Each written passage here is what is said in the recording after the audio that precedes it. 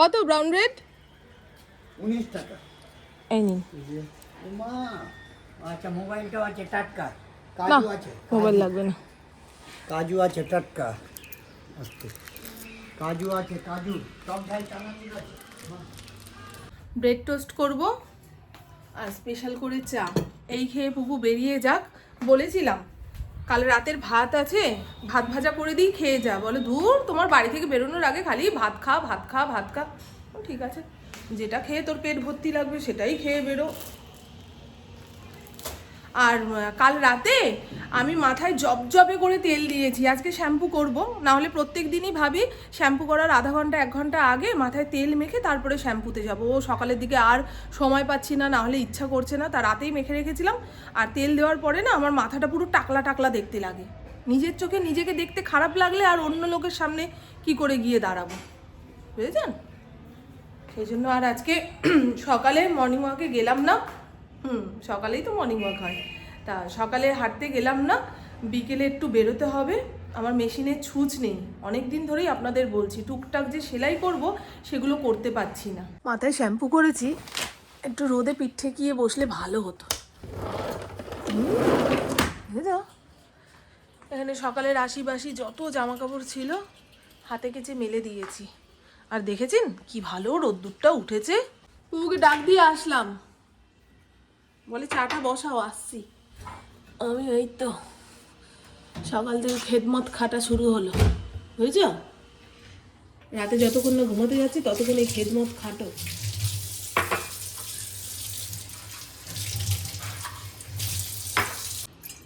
বুঝেছ?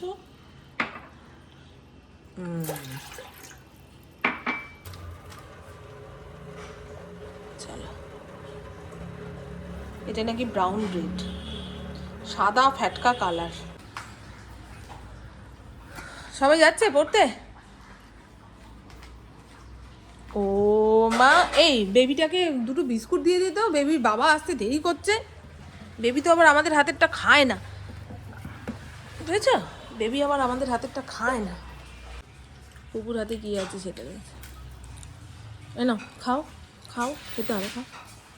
ফাদার এসে গেছে, ফাদার আসি গেছে, ব্যাগ ভরে বাজার করে এনেছে। আবার পাতিলেবু এনেছে কেন গো? বললাম না এখন পাতিলেবু আনবা না। পাতিলেবুতে ভর্তি। কালকে শাক খাবে? ঠিক আছে। ছোট্ট ছোট্ট পটল। আর এই হলো বাজারের আসল ব্যাগ, যেটা এই বেগুন এনেছে, লাউ এনেছে, পেঁয়াজ দেখে ভেবেছিলাম রাঙা আলু, ঘরে রাঙা আলু আছে, সেদ্ধ দেব। করিঙের শশা আর এই যে আলু, ব্যাস। বাড়ি থেকে আর সেই রকম সবজিপাতি আনে না, ভয় পায় তো। বলেছি বুঝে বাজার করবে, দিনের দিন আনবে, দিনের দিন রান্না বান্না করে খাবো। হ্যাঁ হ্যাঁ দিয়েছি। ওটা কচি। ইন্দ্রর খাবার রেডি হয়ে গেছে। কালকে ডাল ভাত সব মাইক্রোওভেনে গরম করে মেখে দিয়েছি। এখানে ঝিরিঝিরি আলু ভাজা আর একটা ডিমের অমলেট। দেখলেন তো বাড়িতে এসেই কেমন হুটোপাটি দিল। চায় ভালো করে চুমুকও দিতে পারলাম না, এরকমই করে। পেছন সাইডে রোদ্দুর এসছে, এই দেখুন কি সুন্দর রোদ্দুর এসছে। একটু বসবো, নাহলে পারছি না।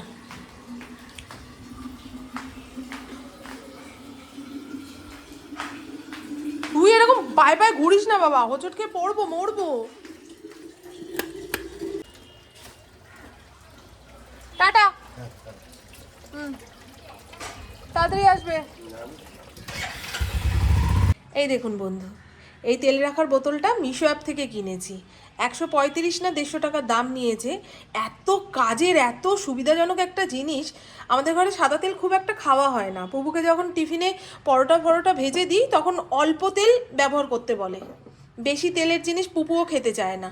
তা এই তেলের জারটার মুখটা দেখুন, এখানে একটা মুখ দেওয়া রয়েছে যেখান দিয়ে আস্তে আস্তে মানে বেশি পরিমাণে তেল পড়বে এইভাবে ঢালার মতো। আর এইখানে একখানা স্প্রে দেওয়া রয়েছে, মানে পরোটা ভাজার সময় ঘপ করে তেল না ঢেলে যদি পরোটাটাকে এপিট ওপিট করে সেঁকে নিয়ে তেল স্প্রে করে দেওয়া হয়। এই দেখুন, দেখেছেন, দেখতে পেলেন? কোথায় কীভাবে দেখাবো বলুন তো আপনাদের, এখানেই দেখাচ্ছি আবার। এই দেখুন, দেখেছেন? এখান দিয়ে একদম তেল স্প্রে হয়ে পরোটার মধ্যে পড়বে, কিংবা এয়ার ফ্রায়ারে কিছু ভাজাভুজি করতে হলে একটুখানি অয়েল ব্রাশ করে দিতে হয়, তা এখন আর ব্রাশ করি না, এই অয়েল স্প্রে করে দিই। ভীষণ কাজের একটা জিনিস, তবে ঢাকনাটা একটু মজবুত হলে ভালো হতো, ধরার সময় ভয় লাগে যে এই ডান্ডাটা না ভেঙে যায়। আজকে সাদা তেল ঢাললাম বলে আপনাদের দেখালাম। এটা খুব কাজের একটা জিনিস, আপনারা চাইলে কিনতে পারেন। আমি 3-4 সপ্তাহ যাবত ব্যবহার করছি, আমার মনের মতো হয়েছে ওটা। চলুন এগুলো পরে গোছাবো, রান্না করতে করতে গোছাবো। ওই রান্নার আগে সব গুছিয়ে গাছিয়ে রান্নায় ঢুকতে গেলে দেরি হয়ে যায় গো। ইঁচড় আছে, ইঁচড় আলুর তরকারি হবে। কোথায় গেল? বাজার থেকে তো ইঁচড় কেটে আনে, চুগলাটা ওরা এমনভাবে ফেলে না যে খাওয়ার সময় জিভে লাগে, আর একটু মোটা করে ফেলার দরকার। ইন্দ্রর সঙ্গে এক ভদ্রলোক দেখা করতে এসেছিল, বাড়িতে এসেছিল। তাই ইন্দ্র বলছে ওই গুটখা আর পান খেতে খেতে তার মুখের একটা সাইড ঘা হয়ে গেছে, মানে দগদগে ঘা হয়ে গেছে। ছেলেটার বয়স বেশি না। আমি দেখেছো বলে, দেখেছো বলছো কেন? আমি কি কোনো নেশা করি নাকি? আমি বলছি তোমার সামনে কেউ খেলে তাকেও না করবে, বারণ করবে, জানি শুনবে না। নেশা এমন একটা জিনিস, কেউ ছাড়তে বললে সে হয়ে যায় বড় শত্রু, তাও বলবে। কি বলবো তো, অল্প বয়সে এরকম বড় রোগ ভোগ বাঁধিয়ে বসলে যার রোগ হয় তার তো কষ্ট, যাদের সামনে ঘোরাফেরা করবে তাদেরও কষ্ট। এই যে বউ বাচ্চা সর্বক্ষণ দেখবে সে ঘায়ের জন্য কষ্ট পাচ্ছে, কিছু খেতে পাচ্ছে না, তাদের মন খারাপ লাগে না? বাঁচতে হলে বাঁচার মতন বাঁচো। আর যদি মনে হয় না মানে এটা ওটা নেশা করে একদম নিজেও ভুগবো ঘরের লোককে ভোগাবো, ওরকম বেঁচে থেকে লাভ নেই। পরিষ্কার কথা ভাই, এটা শুনতে খারাপ লাগলেও এটাই ঠিক।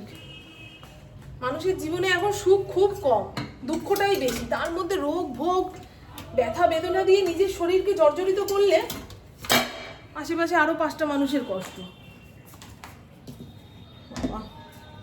ওই জন্য বলে ছোট ছোট নেশা ধরো, ছোট নেশা ধরলে বড় নেশা করার ইচ্ছা থাকে না। চায়ের নেশা,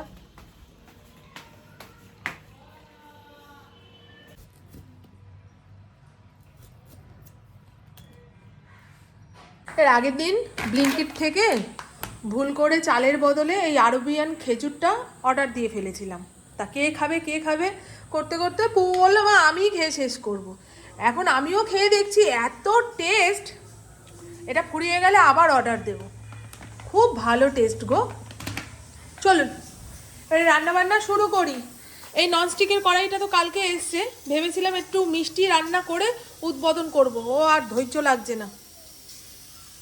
ইন্দ্রকে এখন কিছু আনতে বললে তার মনে থাকছে না, ভেবেছিলাম পাটিসাপটা বানিয়ে দেব, ওটাও তো একটা মিষ্টির মধ্যেই পড়ে। সে যাই হোক, কালকে রাতে আলু ভেজেছিলাম। এই কড়াইটা কিনেছিলাম এই অল্প তেলে ভাজাভুজি করার জন্য, বুঝেছো? তো এইটুকু তেলের মধ্যে পেঁয়াজ কলি ভাজবো, সব কেটে কুটে রেডি করে নিয়েছি। আলু দেবো না আজকে পেঁয়াজ কলিতে, ডাটা ডাটা হয়ে গেছে দেখেছো? পেঁয়াজ কলি এনে ঘরে ফেলে রাখলে এরকম শক্ত শক্ত হয়ে যায়। চলুন, জয় গুরু। আমার রান্নাঘরের কি অবস্থা, এটা পড়বে একদম। আরে ওখানে গল্প শুনি, একদম শান্তিলাল শুনছিলাম, খুব ভালো ছিল। এই টাইম মতো মাকে মনে করিয়ে দে, ও মা আমার খিদা পেয়েছে। 3বার রান্নাঘরে এসে ঢু মেরে গেল। চলো চলো চলো চলো চলো চলো, আসো আসো আসো, এই দেখো, চলো চলো চলো চলো চলো। ঠিক সময় জ্ঞান টনটনে। সুন্দর রোদ্দুর উঠেছে না?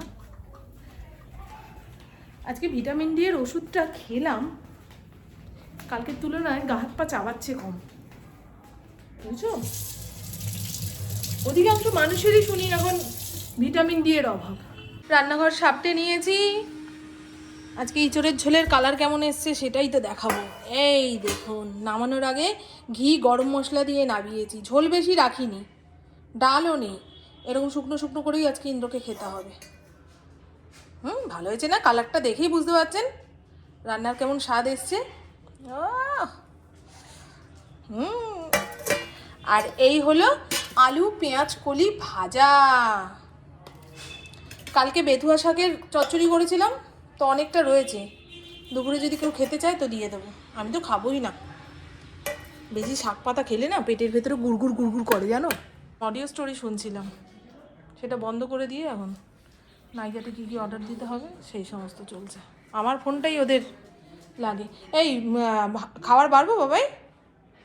উমা, তোমার খাওয়া হয়ে গেল? কি স্পিডে খাও গো তুমি! মর্নিং, শুভ সকাল। আজ নেক্সট ডে, ঘড়ির কাঁটা 7:45 ঘরে। বাইরে গনগনে রোদ্দুর উঠে গেছে। ফোনে অ্যালার্ম দিয়ে রেখেছিলাম 7টার সময়, তা বেজেছে, বন্ধ করে শুয়েছি। ও বাবা, কিন্তু মর্নিং ওয়াকে বেরোচ্ছে, দরজা খুললো যখন তখন ঘুম ভেঙেছে আমার।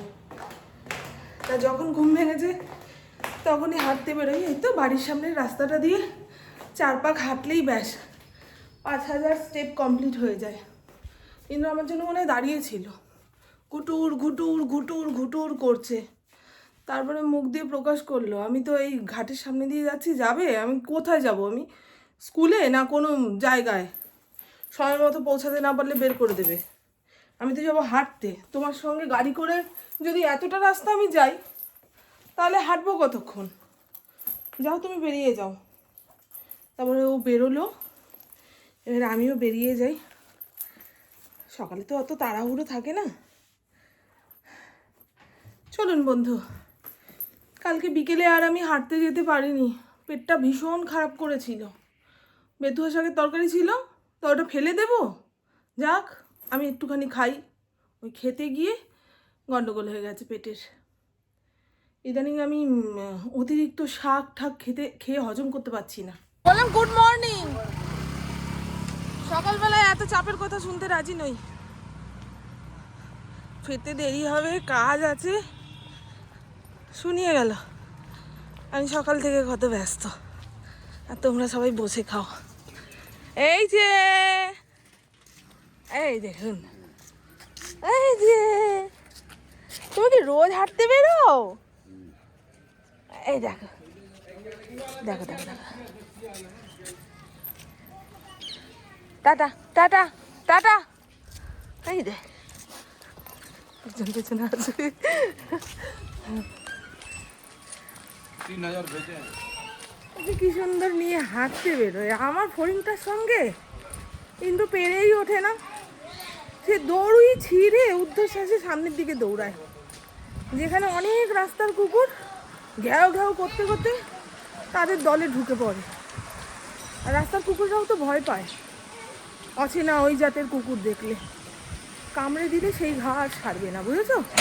সেই জন্য ফড়িংকে নিয়ে বেরোনো হয় না।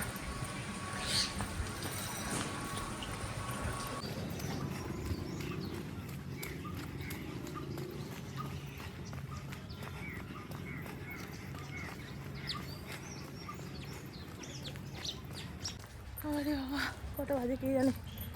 কপাল কুঁচকে গেল, চোখ ছোট হয়ে গেল, এত রোদ্দুর। মুখটাও মনে হয় কালো হয়ে গেল। বাড়ি গিয়ে বেসন মেখে স্নান করতে হবে, বুঝছো বন্ধু? চলো, এই রাস্তাটা আমার ভীষণ প্রিয়। গরমকালে যখন ঘরে টেকা যায় না, তখন এই রাস্তা দিয়ে হাঁটো, মন ভালো হয়ে যাবে। অনেক গাছ আছে তো, বড় বড় গাছ, সব পুরনো গাছ। আমফানে কিছু গাছ পড়ে গেছে, উল্টে গেছে, সেগুলোকে আর তুলে বাঁচানো যায়নি। আর কিছু রয়েছে, বাবা, এগুলো আমাদের নাতিপুতিরাও দেখবে, তাই না? তো চলুন, আমি আমার গন্তব্যতে চলে এসেছি। 10-15 মিনিট বসবো, তারপরে বাড়ি যাব। বাড়ি গেলেই তো কাজ আর কাজ, কাজ আর কাজ, ভালো লাগে না সারাদিন কাজটাও। চলুন বন্ধু, এই ভিডিওটা এখানেই শেষ করবো। আমার বকবক আজকের মতন এইটুকুই। আপনারা সবাই খুব খুব খুব ভালো থাকবেন, নিজের শরীরে খেয়াল রাখবেন, সুস্থ থাকবেন, আর অল টাইম স্মাইল করতে হবে। টাটা, খুব ভালো থাকবেন। কারণ দেখাই মা কালীর মন্দিরে পুজো শুরু হয়েছে।